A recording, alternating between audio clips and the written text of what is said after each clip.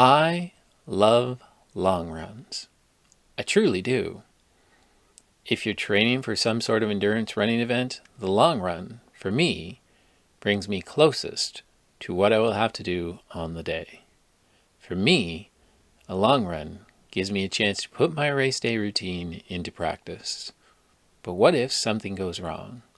What if something outside our control gets in the way?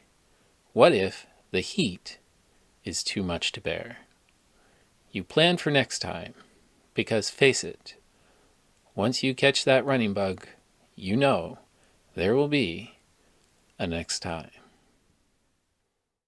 Wake up, today's gonna be a good day. Wake up, today's gonna be a good day. Wake up, today's gonna be a good day.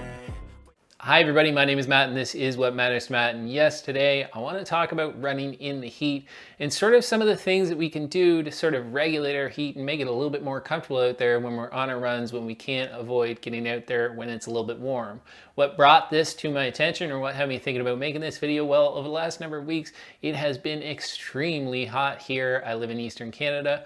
We don't get crazy temperatures usually, but there are days when it's really hot, and when you combine that with the humidity, the feel is just almost unbearable to be outside, let alone running. So what can we do to either avoid the heat? What can we do to help us kind of regulate the heat when we're out there running if we sort of have no choice? And one of the other funny things about this, and what brought this to my attention and had me really thinking about it, was I really got into running late last fall. And when I trained for my first marathon, I actually trained through the winter months, and I was posting things, whether it be here on YouTube or Instagram or Facebook even.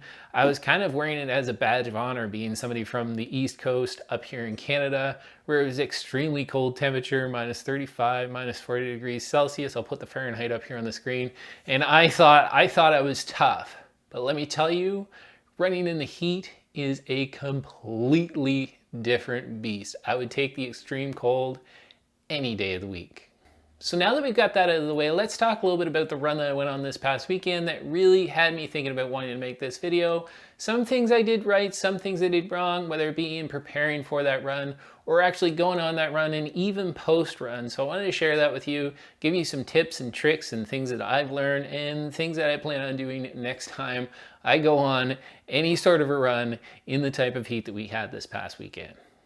So the first thing I want to mention, and I feel I actually do this one pretty well, is that you have to make sure that you're properly hydrating, not just during the run or before the run, but in the days leading up to the run. And for me, it's kind of a daily basis thing that I make sure that I'm getting enough water, getting enough electrolytes in the system. Quite frankly, if you're somebody who's training for something like a marathon, or you're doing lots of exercise, or you're even just working out in the heat, you need to replenish those electrolytes and that hydration often. And you can't think about it just on the morning of, or the day, or during your run. You need to be doing that well in advance of that. Now, there are all sorts of target figures out there, and it can depend on the person, but really one of the easiest ways, I know it sounds silly, but we've heard it before, is the pee test. Just peeing on a regular basis and keeping an eye on your pee, just making sure that it doesn't get too far away from pretty clear on the scale of hydrated to dehydrated. And the second tip I have is born out of something that I actually didn't do that well this past weekend and kind of put me in a little bit of a spot where I was running a little bit later than I wanted to in the day, is making sure that you're prepared the night before. One of the easiest ways, or one of the best ways to make sure you get out on time for your run, is to prepare everything the night before. Have everything ready, have your clothes laid out. If you're gonna be wearing a running vest or using a bottle, or you're gonna be doing any of these things or planning out a route, do all this the night before, so the morning of, you have no roadblocks. You can get out there nice and early, and hopefully you might be able to beat the heat and get out early. For me, this past weekend, I didn't do that. I had a couple of things on the go. It actually pushed me a little bit later than I wanted to, and I found myself caught out in the heat. But it all starts that night before, making sure that all you have to do when you get up is roll out of bed, do what you need to do, whether that's hydrate, eat, use the bathroom, get dressed, get out there and start that run. Now, on the heels of that being prepared is what you're actually doing the morning of the run. And for me, on my long runs in particular, usually those mornings I do really well. And I feel like I did that pretty well on this morning, because what I do before I do my long runs is I try to simulate what it's going to be like on race day. So I try to get up, I try to eat a decent breakfast, give myself some time for that breakfast to digest, but that also includes having some electrolytes when I first get up. And yes, I do have a cup of coffee, and you want to be a little bit careful that you don't have too much coffee because it is a diuretic and it's going to dehydrate you. But I do have a little bit of coffee, but I usually drink a mix of Gatorade or some sort of electrolyte drink with my breakfast to make sure that I'm really hydrated. Now, on days when I'm not going for a long run, one of the things I do first thing in the morning, I might skip the electrolytes, the Gatorade end of things, but I always have my coffee, of course, but I have that with at least 600 milliliters of water. I'm saying that because I think I've got 600 milliliters of water in this shaker. So that's what I do basically every single morning, is drink some water first thing when I get up, and it's a good way to start the day and get hydrated before you get on the go. So now sort of back to something that I feel like I do pretty well, is planning out your hydration / nutrition plan when you're going to be out on that run. Now, I know that seems very simple, but for me, I want to make sure, especially when I'm in the heat, that I'm getting what I need for my run. I like to carry a hydration vest. I've actually got mine here. I have the Salomon Active Skin 8.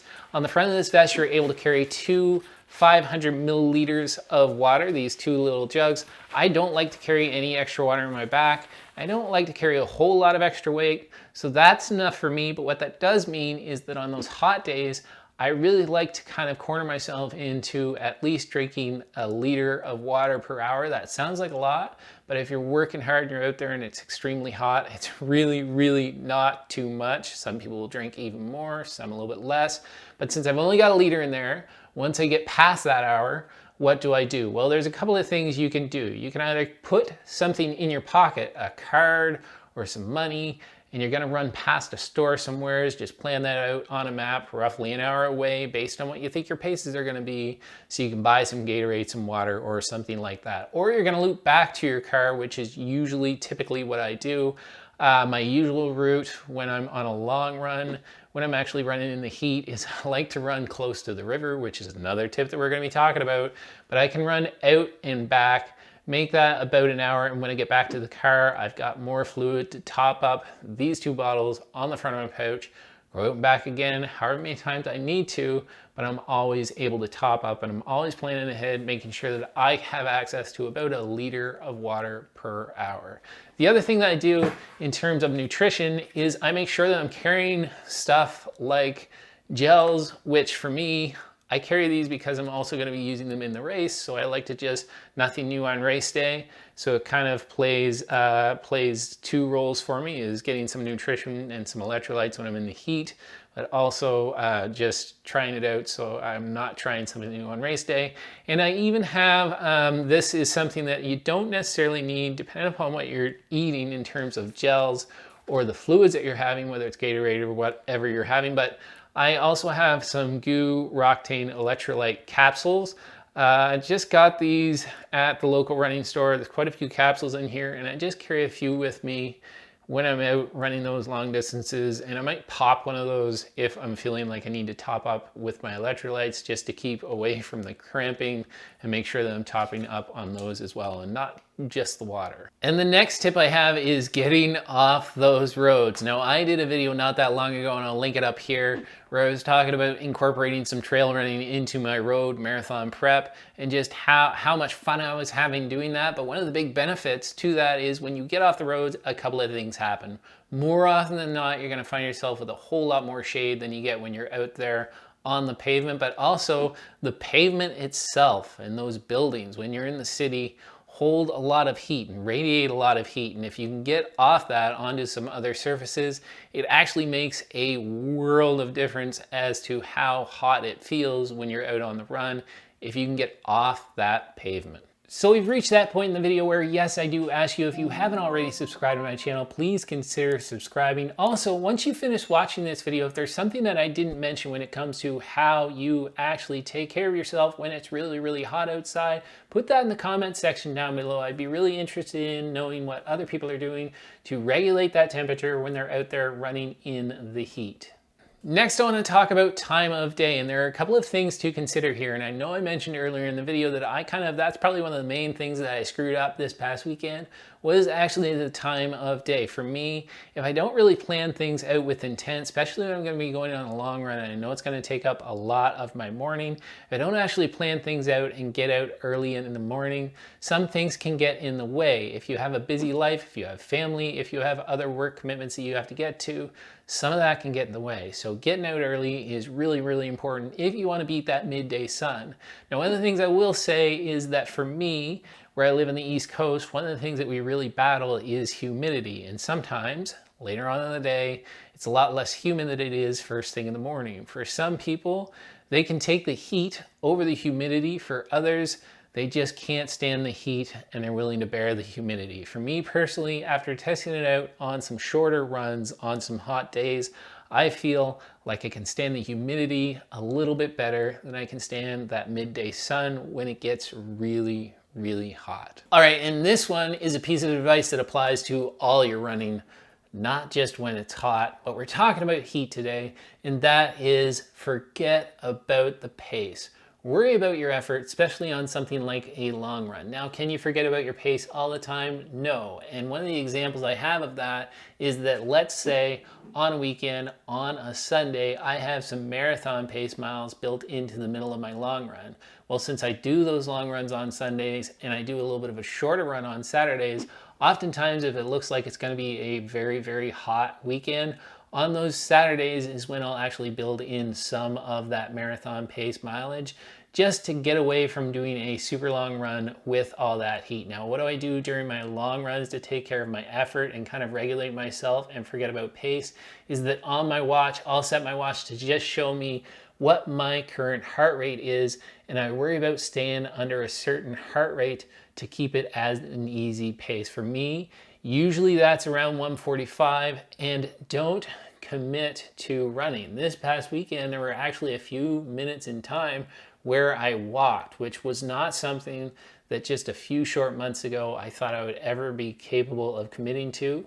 But when my heart rate got too high, I just said the effort is what it is, and I walked to get my heart rate back to where it needed to be for the intent of that long run. So throw pace out the window, get the work done. Don't worry about hitting all those paces that you would hit when conditions are so much better. And the last tip I'm going to leave you with, and I say this as much for myself as I do anybody else, but don't think of the treadmill as your enemy.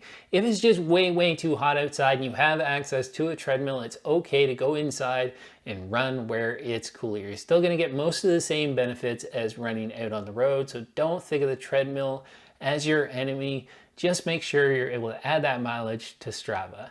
That is it, guys. If you like this video, please consider subscribing to my channel. Give this a thumbs up. My name is Matt, and this is What Matters to Matt, and ultimately what matters to me most is my family. I'll see you in the next one.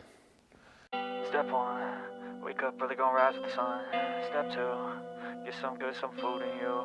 Step 3, think real hard about what you wanna be. Step 4, everybody just do your thing. Wake up, today's gonna be a good day.